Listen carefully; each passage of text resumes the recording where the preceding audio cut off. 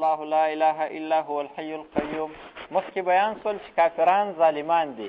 اوس د دې وجه بیانوي کافران ولې ظالمان دي. وجه دا ده چې الله پاک یو ډېر لوی ذات دی او د ډېرو غټو صفاتو خاوند دی. داسې صفات په بل چا کې هغه صفات نشته، خو لیکن بیا هم د دغه ذات نافرماني چې کوي کافران، نو معلومه شوه چې دوی ظالمان دي. الله لا اله، نو په دې آیت کې د کافرانو د ظالموالي وجه بیانوي.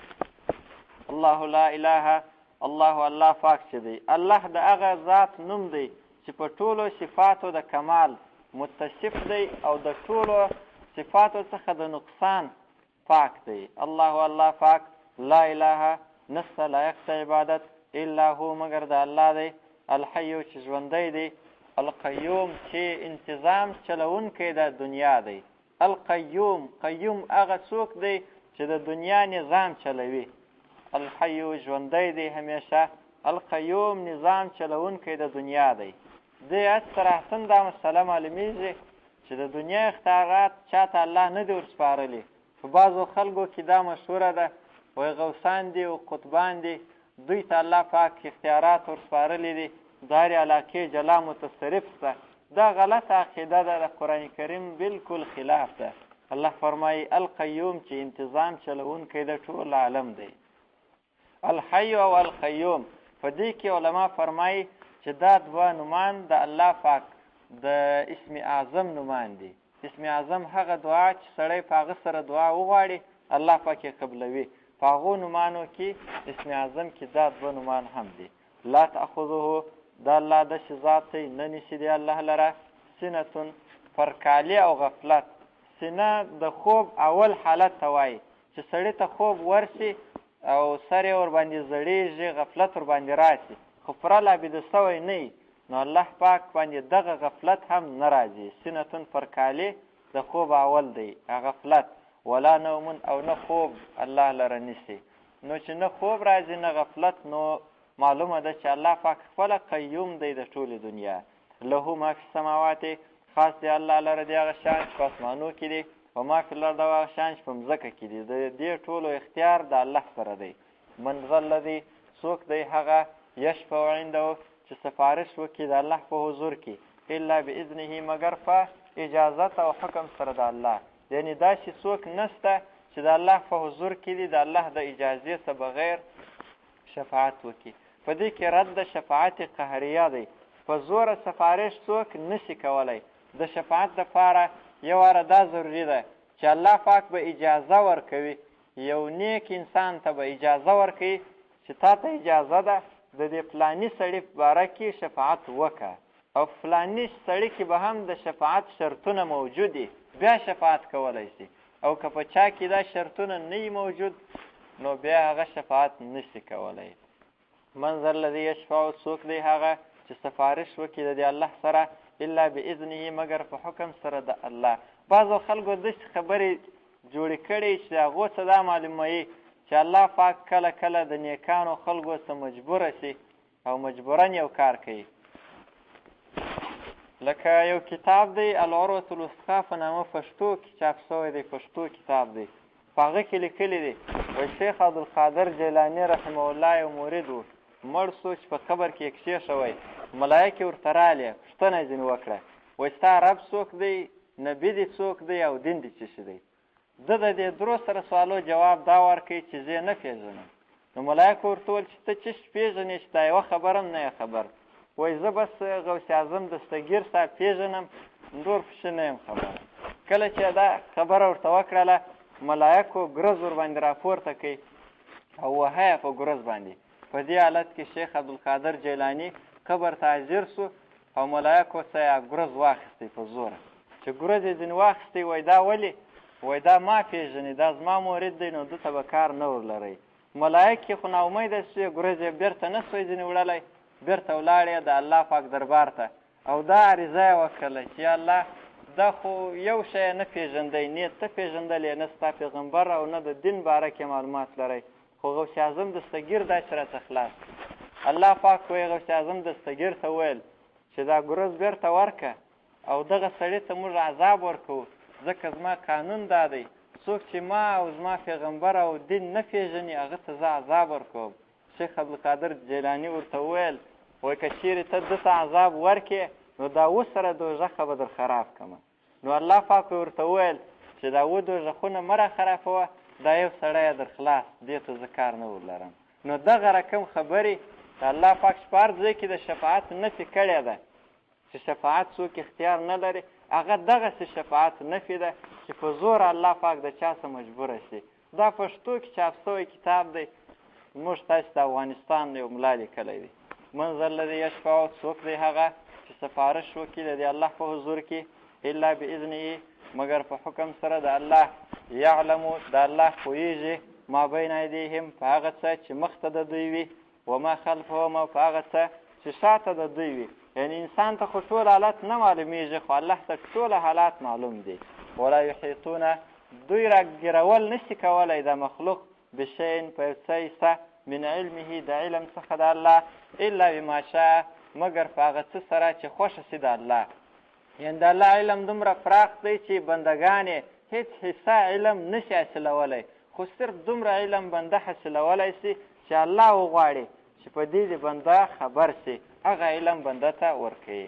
یعنې د الله علم علم کلی دی او د بنده علم جزئی علم دی، هغه هم د الله د رضا وروسته.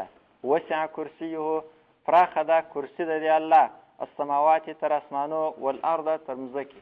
کرسي د الله پاک، کرسي اصل چوکۍ ته وایي، دا د الله کرسي تر اسمانو او مځکو پراخه ده.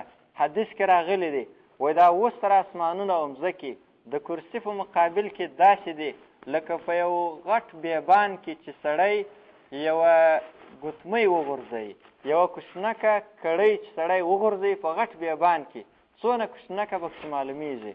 دا اوس تر اسمانونو او مځکې د کرسۍ په مقابل کې دونه کوچنۍ معلومیږي. کرسي د الله صفت دی، د الله کرسي. نور په دې کې مفسرین فرمایي چې نور په کیفیت الله خبر دی، نور به سړی علم الله ته ورسپاري. اجمالي ایمان کافي دی. ولا یعوده، او نه ستړی کوي الله پاک حفظهما، ساتنه د دې اسمانو او د مځکو.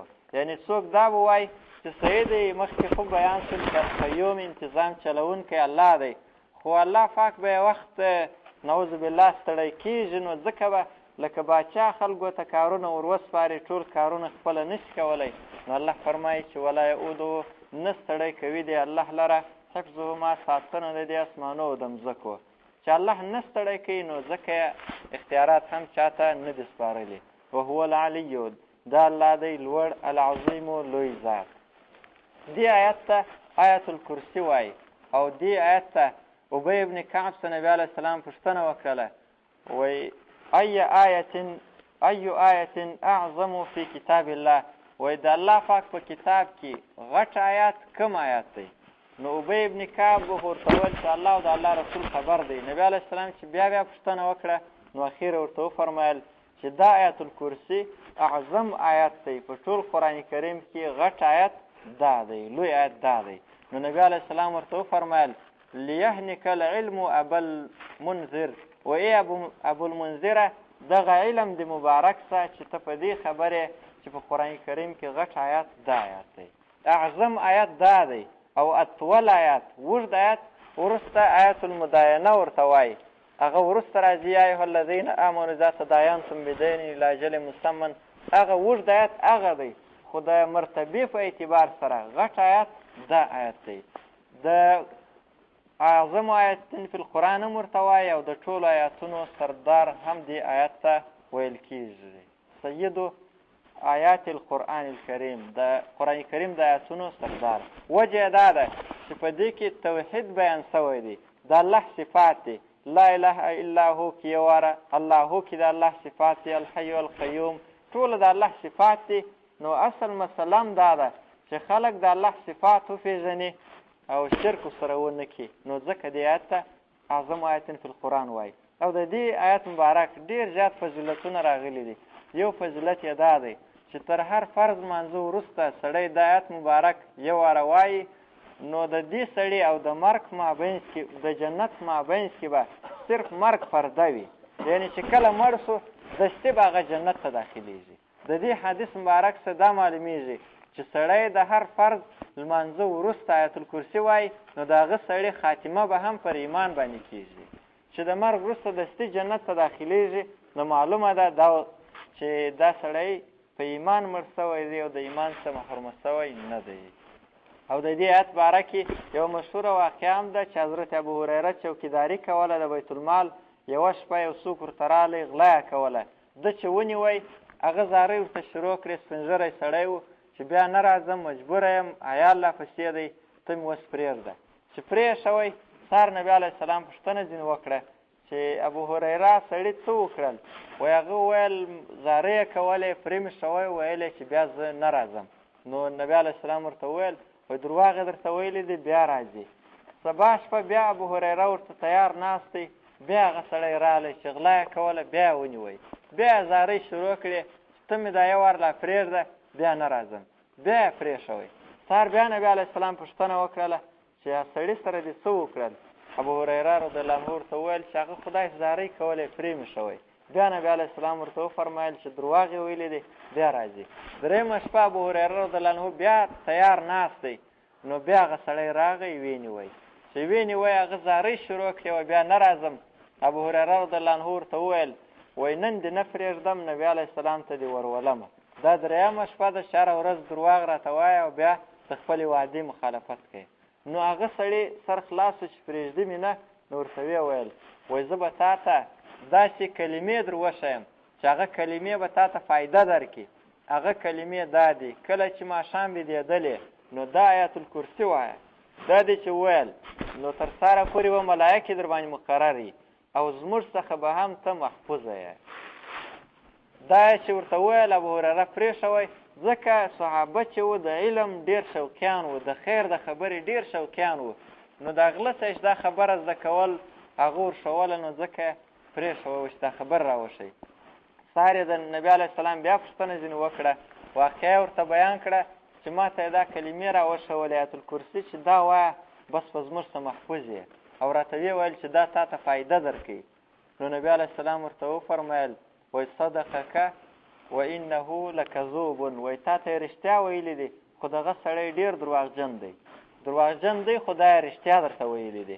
بیا یې ورته وویل ای ابو هریره په دې پوهیه چې دا 3 ورځې چا سره ته مخامخ کېږې ده ورته ویل نه یم خبر وایي دا شیطان دی. نو د آیت الکرسي دا فضیلت دی چې سړی دا وایي د شیطانانو څخه به هم محفوظه کېږي. لا اکراه فی الدین مخکې د الله پاک صفات بیان شول د صفاتو تر